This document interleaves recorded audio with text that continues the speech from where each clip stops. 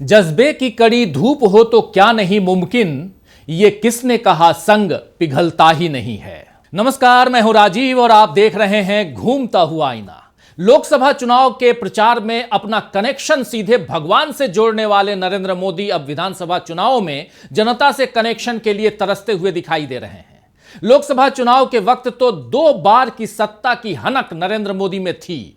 उसी अहंकार में उन्होंने खुद में दैवीय अंश होने का दावा कर दिया था, आप याद कीजिए। लेकिन जब नतीजे आए और बीजेपी की सीटें घट गईं, तो सबसे बड़ा झटका नरेंद्र मोदी के अहंकार को ही लगा। इसीलिए अब विधानसभा चुनाव में मोदी फिर से खुद को लोकतंत्र का रक्षक, जनता का सेवक और देश के लिए समर्पित नेता की तरह प्रस्तुत कर रहे हैं।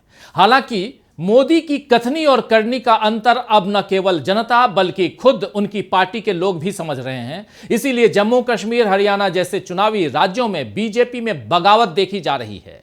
महाराष्ट्र में तो खैर अभी चुनावों का ऐलान नहीं हुआ है, लेकिन जम्मू कश्मीर और हरियाणा में अब चुनाव प्रचार में जोर पकड़ लिया है। पार्टियों ने उम्मीदवारों के नाम तय कर लिए हैं, नामांकन हो चुके हैं, घोषणा पत्र बनाए जा रहे हैं और इन सब के बीच बीजेपी में बगावत की खबरें भी खूब आ रही हैं। वैसे तो बीजेपी आलाकमान यानी नरेंद्र मोदी, अमित शाह, जेपी नड्डा सभी दावा कर रहे हैं कि हरियाणा में बीजेपी सत्ता का हैट्रिक लगाएगी और जम्मू कश्मीर में भी चुनाव जीतेगी। लेकिन कांग्रेस के प्रचार और बीजेपी के प्रचार में जो अंतर दिख रहा है, उसे जनता भी महसूस कर रही है। जनता देख रही है कि राहुल गांधी और कांग्रेस के बाकी नेता आत्मविश्वास से भरे दावे कर रहे हैं, वहीं नरेंद्र मोदी, अमित शाह जैसे नेता केवल कांग्रेस की या उसके गठबंधन सहयोगियों की बुराई में लगे हुए हैं। आप देख ही रहे हैं कि हरियाणा में बीजेपी को एंटी इनकम्बेंसी का खतरा है और जम्मू कश्मीर में कश्मीरियत, जमहूरियत और इंसानियत के मोर्चों पर जनता के सामने जाने का जोखिम है। मोदी भी इस खतरे और जोखिम को समझ रहे हैं। इसलिए उनके चुनाव प्रचार में बीजेपी के काम पर कम और कांग्रेस की बुराई पर अधिक जोर दिया गया। यहां तक कि जम्मू में मोदी ये बोलने पर मजबूर हो गए कि वो नफरत की दुकान पर मोहब्बत की दुकान का बोर्ड लगाकर लोगों को धोखा देते हैं। यहां वो से मतलब, मोदी का मतलब जो है वो से राहुल गांधी से है। यह समझना मुश्किल नहीं है दोस्तों, क्योंकि राहुल गांधी ने ही भारत जोड़ो यात्रा में मोहब्बत की दुकान का नारा बुलंद किया था, जिसकी गूंज अब भी देश के कोने कोने में हो रही है। मोदी इसी बात से घबरा रहे हैं। तो आइए दोस्तों, आज आईने की नजर से पड़ताल करेंगे कि क्या राहुल गांधी से अब मोदी का डर और बढ़ गया है। क्या राहुल को कोसना या उनकी बातों को पर घेरना, राहुल गांधी को घेरना बीजेपी की मजबूरी बन गई है। लेकिन आइए सबसे पहले सुनते हैं नरेंद्र मोदी का वो बयान जो जम्मू के डोडा में उन्होंने दिया और राहुल की मोहब्बत की दुकान को गलत ठहराने की उन्होंने कोशिश की। मेरे साथ बोलिए, भारत माता की। इतनी ताकत से बोलिए कि नफरत की दुकान के सारे बोर्ड उखड़ करके रह जाए। भारत माता की, भारत माता की। आपको बता दूं कि जम्मू कश्मीर में मोदी की ये पहली चुनावी रैली थी, जबकि राहुल गांधी मोदी से काफी पहले जम्मू और कश्मीर दोनों जगह चुनाव प्रचार कर चुके हैं। मोदी ने चुनाव प्रचार में देर क्यों की, ये समझना कठिन नहीं है। मोदी जानते हैं कि बीजेपी की पहली लिस्ट आने के साथ ही जम्मू कश्मीर में किस तरह बगावत छिड़ गई। इसके अलावा अनुच्छेद 370 के खात्मे से लेकर पूर्ण राज्य की बहाली और आतंकवाद के खात्मे जैसे कई मुद्दों पर जनता को जवाब देना है। इन सब से बचने का एक ही तरीका मोदी को नजर आया कि किसी तरह परिवारवाद के नाम पर फिर से जनता को गुमराह किया जाए और बीजेपी के खिलाफ खड़ी कांग्रेस और उसके सहयोगी दलों की छवि खराब की जाए। इसीलिए मोदी को यह कहना पड़ा कि धोखा कांग्रेस का हमेशा से राजनीतिक हथियार रहा है और वो देश भर की जनता को धोखा देती रही है। मोदी ने कहा कि संविधान अपनी जेब में रखने वाले दरअसल संविधान की आत्मा पर चोट करने वाले लोग हैं। कांग्रेस भारत की सबसे बेईमान और धोखेबाज पार्टी है। कांग्रेस का शाही खानदान भारत का सबसे भ्रष्ट परिवार है। आपको इनसे सावधान रहना है। ये ऐसे लोग हैं जो सरकारी तिजोरी के दम पर चुनाव जीतने के लिए बेईमानी के हथकंडे अपनाते हैं। नरेंद्र मोदी ने राहुल गांधी का नाम तो सीधे तौर पर नहीं लिया, लेकिन जिस तरह अपने भाषण में उन्होंने नफरत और मोहब्बत शब्दों का इस्तेमाल किया, उससे साफ समझ में आ रहा है कि मोदी खुद को राहुल के असर से बचा नहीं पाए हैं। और इतना ही नहीं, बल्कि नरेंद्र मोदी अब जिस तेजी से संविधान और आरक्षण जैसे शब्दों की माला फेर रहे हैं, उससे भी साफ तौर पर राहुल का ही असर दिख रहा है। आप याद कीजिए कि जब एनडीए सरकार का जून में गठन हुआ तो मोदी को संसद के भीतर संविधान को माथे पर लगाना पड़ा। इसके बाद जब मोदी ने बतौर सांसद शपथ ली तो राहुल, अखिलेश जैसे सांसदों ने संविधान की प्रति उन्हें दिखाई। खुद राहुल ने हाथ में संविधान लेकर अपनी शपथ ली। ये सारी बातें देखने में भले ही मामूली लगें, लेकिन इनका असर कितना गहरा होने वाला है ये बात राहुल गांधी जानते थे और अब राहुल का अनुमान सही दिख रहा है। चाहे जम्मू कश्मीर हो या हरियाणा हो, मोदी को संविधान, बाबा साहब अंबेडकर, आरक्षण, इन सारे शब्दों का इस्तेमाल अपने भाषणों में अब करना पड़ रहा है। जो मोदी लोकसभा चुनाव में मटन, मछली, मंगलसूत्र, भैंस जैसे शब्दों को अपने भाषणों में लाते थे, अब उनसे मोदी ने दूरी बना ली है। मोदी अपने भाषण की टोन तो बदल रहे हैं, लेकिन चुनावी राज्यों में जो हाल हो रहे हैं या चुनावी राज्यों के जो हाल वो बता रहे हैं कि जनता का मूड बदलना अब आसान नहीं है। बीजेपी ने इसीलिए जम्मू कश्मीर की सभी सीटों पर उम्मीदवार उतारने की हिम्मत नहीं दिखाई है। बीजेपी ने जम्मू कश्मीर चुनाव में जिस तरह अपनी बिसात समेटी है, उसमें दिख रहा है कि बीजेपी को कमजोरी का एहसास हो चुका है। पार्टी ने जम्मू की सभी 43 सीटों पर कैंडिडेट उतारे हैं, लेकिन 47 सीटों वाली कश्मीर घाटी में सिर्फ 19 सीटों पर बीजेपी चुनाव लड़ रही है। लोकसभा चुनाव में भी बीजेपी ने घाटी की 3 सीटों पर प्रत्याशी नहीं उतारे थे।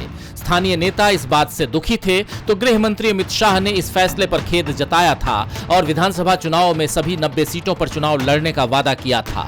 लेकिन अब अमित शाह अपने इस वादे से पलट गए हैं। दावा किया जा रहा है कि अमित शाह ने इस फैसले से मास्टर स्ट्रोक खेला है। अभी बीजेपी जम्मू की 43 सीटों पर फोकस कर रही है। अगर चुनाव के बाद 35 से अधिक सीटें मिलती हैं तो कश्मीर से जीतने वाले निर्दलियों की मदद से वो सरकार बना सकती है। यानी बीजेपी को अपने उम्मीदवारों पर नहीं बल्कि निर्दलियों पर अधिक भरोसा है। मगर सवाल यह है कि क्या कांग्रेस और एनसी गठबंधन के सामने कश्मीर में निर्दलियों को बढ़त मिल पाएगी? वैसे दक्षिण कश्मीर के अनंतनाग से भाजपा उम्मीदवार रफीक वानी ने खुले तौर पर दावा किया है कि नए क्षेत्रीय राजनीतिक दल और निर्दलीय हमारे साथ हैं। उन्होंने अपने भाषण में इंजीनियर राशिद, सज्जाद लोन, अल्ताफ बुखारी और गुलाम नबी आजाद को अपना बताया था। जिन लोगों पर अलगाववाद, टेरर फंडिंग जैसे आरोप खुद बीजेपी ने लगाए हैं, उन्हीं के साथ चुनाव बाद गठबंधन होने का दावा बीजेपी कर रही है। अब सवाल यह है कि जो साथ चुनाव के बाद हो सकता है, उसकी घोषणा चुनावों के पहले ही क्यों नहीं की जाती? यानी बीजेपी अब तक अकेले चुनाव लड़ने की बात क्यों कर रही है, जबकि उसके इरादे भी गठबंधन के हैं? और अमित शाह अब किस मुंह से कांग्रेस एनसी गठबंधन पर सवाल उठाएंगे, जबकि उनकी पार्टी के इरादे साफ नहीं हैं? वैसे आपको बता दूं कि कांग्रेस और नेशनल कॉन्फ्रेंस अभी 85 सीटों पर चुनाव साथ साथ लड़ रहे हैं। नेशनल कॉन्फ्रेंस 51 सीटों पर, जबकि कांग्रेस 32 सीटों पर चुनाव लड़ रही है। जबकि कांग्रेस की 5 सीट, कश्मीर की 5 सीटें कहें, कश्मीर की 5 सीटों पर फ्रेंडली फाइट हो रही है। 10 साल बाद हो रहे इन चुनावों से इस बार राजनीतिक दलों के साथ साथ जनता को भी उम्मीदें हैं, बहुत उम्मीदें हैं कह सकते हैं। देखना होगा कि बीजेपी को इस बार जनता क्या जवाब देती है। वैसे जम्मू कश्मीर की तरह ही हरियाणा में भी बीजेपी के लिए मुश्किलों का अंबार खड़ा हो गया है। जरा इस रिपोर्ट को देखिए। हरियाणा में भाजपा को अपनी जमीन खिसकती नजर आ रही है और इसका अंदाजा मोदी के कुरुक्षेत्र में दिए भाषण से लगाया जा सकता है। जम्मू कश्मीर की तरह हरियाणा में भी नरेंद्र मोदी देर से चुनाव प्रचार में उतरे, क्योंकि उन्हें पता है कि हरियाणा में उन्हें विनेश फोगाट के साथ हुई नाइंसाफी पर सवालों का सामना करना पड़ेगा। किसानों की राह में कीलें क्यों बिछाई, इसका जवाब भी देना पड़ेगा। अग्निवीर योजना वापस लेने की मांग का सामना भी करना पड़ेगा। मोदी इन्हीं सारे मुद्दों से घबराते हैं। इसीलिए अपने चुनावी भाषण में मोदी ने दलितों की और आरक्षण की बात की, कांग्रेस को इनका विरोधी बताया। लेकिन मोदी ये नहीं बता सकते कि 6 महीने पहले बीजेपी को अपना मुख्यमंत्री क्यों बदलना पड़ा था। बीजेपी की पस्त हालत का अंदाज तो इसी बात से लगाया जा सकता है कि पहले तो उसने अपना मुख्यमंत्री बदला और अब नए मुख्यमंत्री का चुनाव क्षेत्र भी उसे बदलना पड़ गया। नायब सिंह सैनी 3 महीने पहले ही करनाल सीट से उपचुनाव लड़कर विधानसभा के सदस्य बने थे, लेकिन अब उन्हें करनाल के बजाय लाडवा से उम्मीदवार बनाया गया है। तो सवाल उठता है कि जब सैनी के नाम पर ही बीजेपी चुनाव लड़ रही है तो उन्हें उनकी मौजूदा सीट से उतारने में बीजेपी क्यों डरी? क्या बीजेपी को लगता है कि सैनी चुनाव हार सकते हैं? क्या खट्टर के बाद अब सैनी की कुर्सी पर भी खतरा है, या बीजेपी अपनी पार्टी के भीतर बगावत को थामने में नाकाम हो चुकी है और सैनी के माथे पर इसका ठीकरा फोड़ा जाएगा? आप याद कीजिए कि अमित शाह की 1 सितंबर को जिंद में रैली थी। बीजेपी की जन आशीर्वाद रैली में शाह मुख्य अतिथि थे, लेकिन एक दिन पहले उनका कार्यक्रम रद्द हो गया। दरअसल बताया जा रहा है कि जेजेपी के 3 नेताओं को बीजेपी में शामिल करने की खबर मिलने के बाद अमित शाह ने कार्यक्रम रद्द कर दिया। अमित शाह ने कहा था कि बीजेपी अपने नेताओं के दम पर चुनाव लड़ने में सक्षम है, इसीलिए किसी बाहरी नेता को शामिल कराने की जरूरत नहीं है। लेकिन केंद्रीय मंत्री और पूर्व मुख्यमंत्री मनोहर लाल खट्टर की पहल पर सभी नेताओं को बीजेपी में शामिल कराया गया। शायद इसी वजह से शाह ने नाराज होकर अपना कार्यक्रम रद्द कर दिया था। तो अमित शाह की नाराजगी या उनकी मर्जी के खिलाफ दूसरे दलों के नेताओं को बीजेपी में शामिल करना और दूसरी तरफ बीजेपी के कद्दावर नेताओं का कांग्रेस में शामिल होना, यह सब बता रहा है कि अब बीजेपी में पहले वाला दमखम नहीं रहा और न ही अमित शाह की हनक बाकी है। 1 सितंबर की रैली वाली बात भले 14 दिन पुरानी हो गई हो, लेकिन हरियाणा में बीजेपी के खिलाफ माहौल लगातार बना हुआ है, वो पुराना नहीं हो रहा है। इसीलिए मोदी को भी अपने भाषण में उन्हीं मुद्दों को उठाने की जरूरत पड़ी जिन्हें अब तक कांग्रेस उठाती आई है। वैसे मोदी या बीजेपी हरियाणा में परिवारवाद के अपने पुराने सिक्के को नहीं चला सकेंगे या नहीं चला पाएंगे, यह समझ में तो साफ साफ आ रहा है, क्योंकि बीजेपी ने कम से कम 1 दर्जन ऐसे उम्मीदवार उतारे हैं जो किसी न किसी राजनीतिक परिवार से आते हैं। इनमें कई उम्मीदवार तो ऐसे हैं जिनमें माता पिता के बाद संतानों को भी बीजेपी ने कोई न कोई पद दे रखा है, यानी बीजेपी किसी भी तरह जीत का गणित बिठाने की जुगाड़ में हरियाणा में लगी हुई है। वहीं कांग्रेस एकदम सधे हुए अंदाज में चुनाव में उतरी है और अब आम आदमी पार्टी के मुखिया अरविंद केजरीवाल के जेल से बाहर आने के बाद और अब चुनाव में जाने से पहले मुख्यमंत्री की कुर्सी छोड़ने की घोषणा के बाद चुनावी समीकरण बदलते हुए दिख रहे हैं, जिसमें घाटा बीजेपी को हो रहा है। तो कुल मिलाकर जम्मू कश्मीर और हरियाणा दोनों चुनावी राज्यों में बीजेपी जीतने के लिए खूब हाथ पैर मार रही है, लेकिन फिलहाल उसके लिए सत्ता का किनारा हासिल करना बहुत मुश्किल दिख रहा है।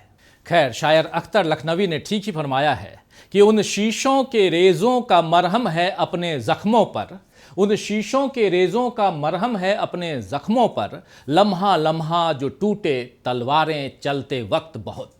तो आज के लिए बस इतना ही, फिर मिलेंगे खबरों के नए आईने के साथ। तब तक देखते रहिए डीवी लाइव। नमस्कार।